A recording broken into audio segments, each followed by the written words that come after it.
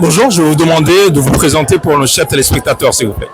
Donc je suis Nicolas Vouillon, je suis inspecteur jeunesse et sport et donc le directeur jeunesse et sport par intérim.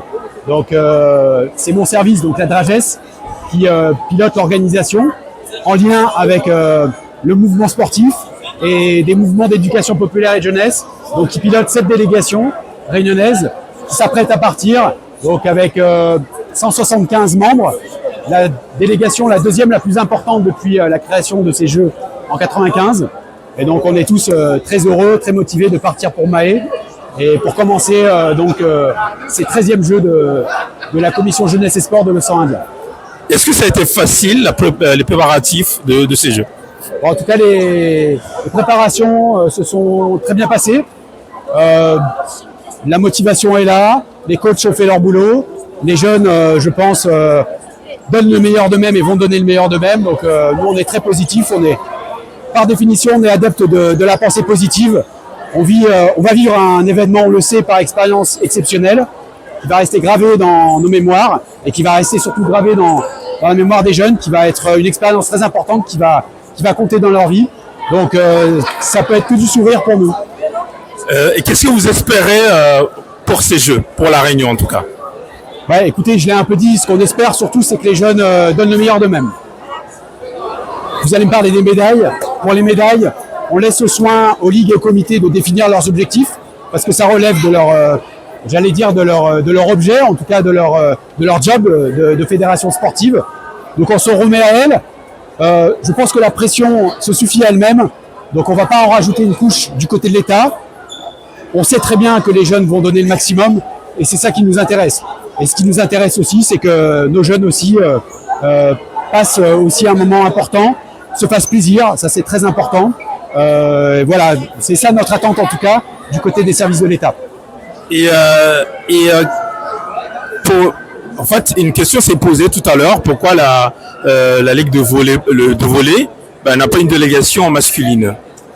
Alors en fait, si vous voulez, j'ai dit tout à l'heure qu'on avait pour cette année la deuxième délégation la plus importante. Si on avait eu les moyens, on aurait pu effectivement doubler la délégation. Mais je crois qu'il faut aussi se dire les choses.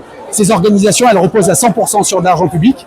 Il faut dire que les familles ne payent rien. Donc c'est entièrement pris en charge par les services de l'État, il faut le dire. C'est un budget qui est conséquent. Et malheureusement, tout n'est pas possible. C'est de l'argent public, c'est le vôtre, c'est le nôtre, c'est l'argent du contribuable. Et donc on fait des choix. Il est clair que si on avait pu emmener des équipes féminines et masculines dans chaque discipline, on l'aurait fait. Mais il a fallu faire des choix. On est conscient que il aurait été encore préférable de partir avec des équipes mixtes à chaque fois. C'est pas le cas, mais en tout cas, je peux vous le dire, on a une délégation qui est importante. Je le disais tout à l'heure, 175 membres, 120 jeunes, c'est beaucoup, et c'est de mon point de vue ce qu'il faut retenir. Quel mot souhaiterez-vous laisser pour la future génération de sportifs? Quel mot, pardon? Que le souhaitez-vous laisser pour la future génération des sportifs ici à La Réunion? Moi, j'ai envie de parler d'envie, de motivation. Je disais tout à l'heure, la motivation. Je pense que ce genre d'organisation est motivante. Je pense que ça ne peut que pousser, en tout cas, les jeunes à exprimer tout leur potentiel, tout leur talent. Encore une fois, on l'a beaucoup dit, mais l'objet de cette manifestation, c'est l'éducation. On parle de sport, de jeunesse, mais c'est d'abord un objectif éducatif vers lequel on tend dans cette organisation.